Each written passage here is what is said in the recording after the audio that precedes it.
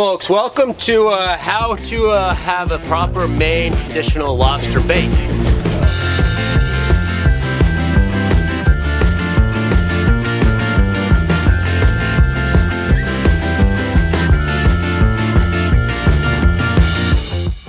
So, with a Maine lobster bake, there's really, I would say, 3 component pieces that you need.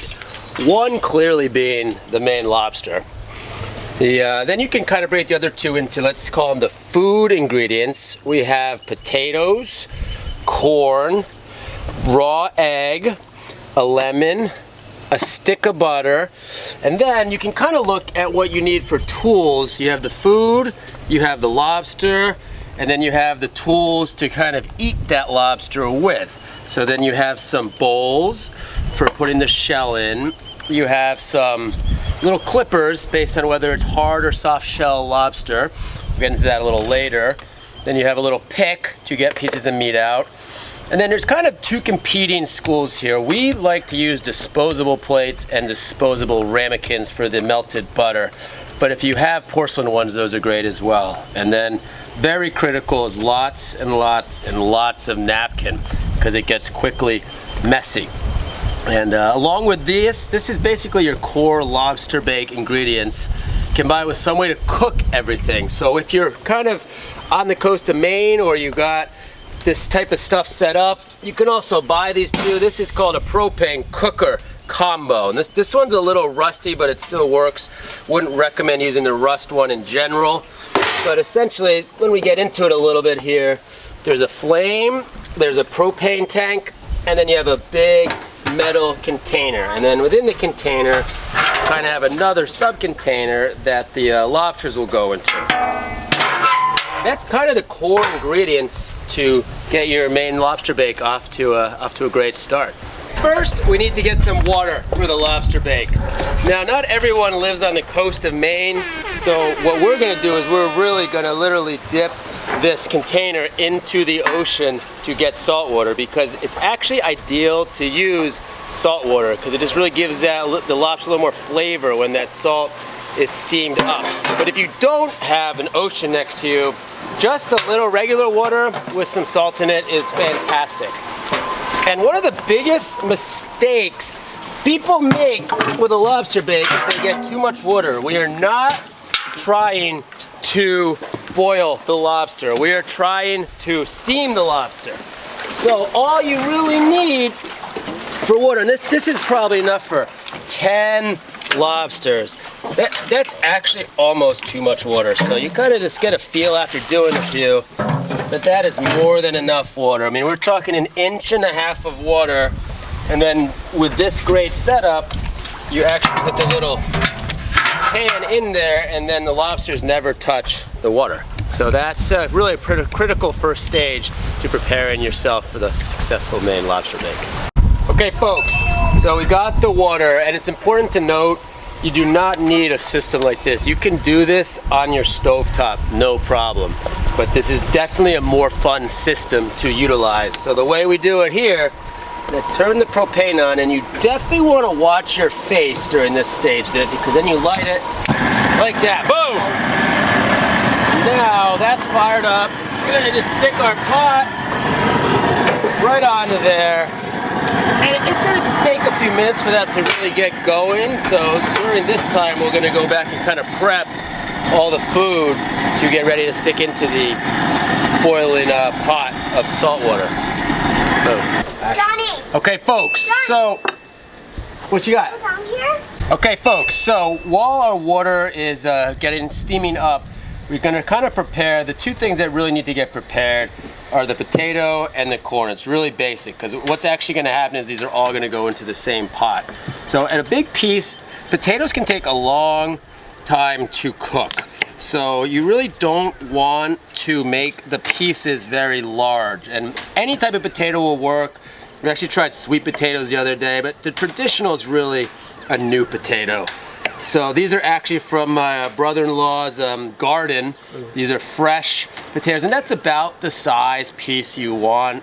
But as I said, if you get the new potatoes, you could cook it at this size, no problem. But even this one, I would probably, just to give it slice and dice. We got the potatoes cut.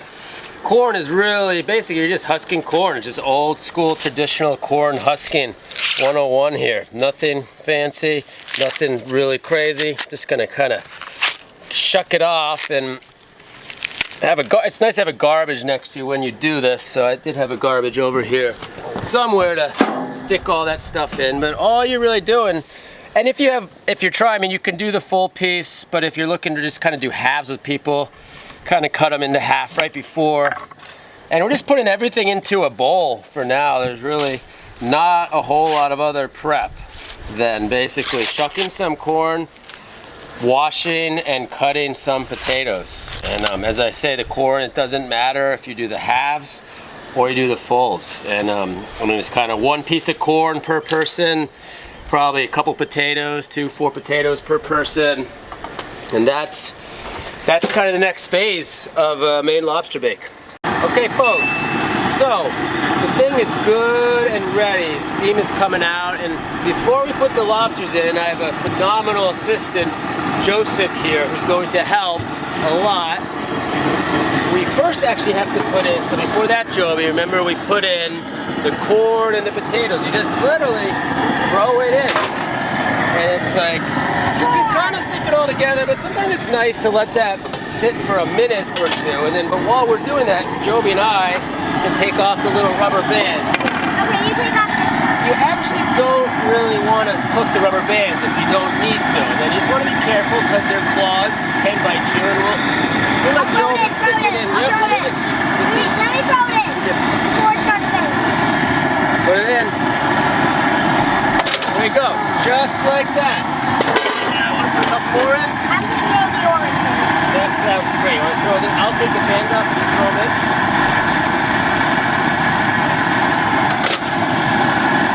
You can really be rough and tough with these suckers, or you can be gentle, whatever your preference is. This is a new phenomenon, see the pink bands, so it may be a female.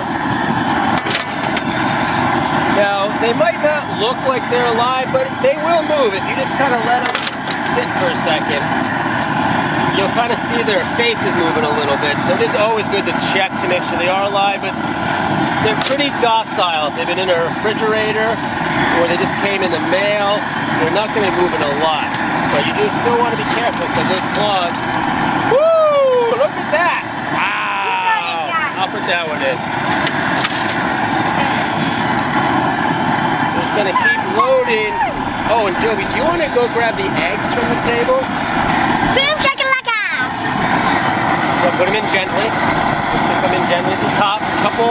Couple eggs, because the eggs will cook in the steam. Pretty great.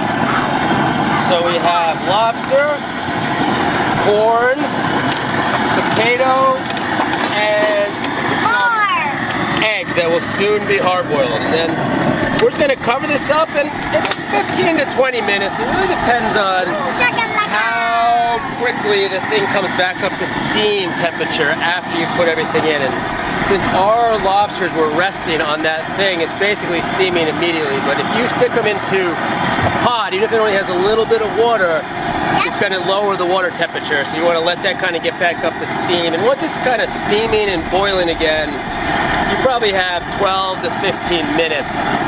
But it's kind of, you just got to kind of look at them and you'll see as we pull these out.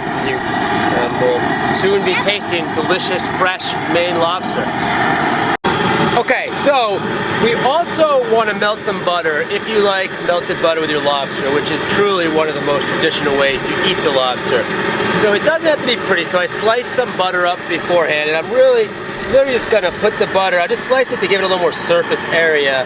And you can do this on your stovetop. What we do, which is pretty cool, kind of advanced lobster baking, just let it sit on the top of the pan. And okay, folks, so as I said, a good way to tell is when our butter has melted on the top here. And also by checking the hard-boiled egg, which we're going to check in a second and show you. So this has been steaming for probably about 17, 20 minutes. So I'm just going to, I'm very confident with the butter there that these are done. So I'm going to just shut off the propane. If you're doing this at home, just shut off the gas, and then you do want a mitt. So I'm going to go grab my mitt in a second here. Okay, so looking inside, I mean, red is not always a definer that they're done, but it's usually a pretty good indicator that they're ready to rock. And when we bring these over to the table, the beauty of a system like this is you can really just pull the whole thing out. And then all we're gonna do is we're gonna just bring this whole sucker over to our table.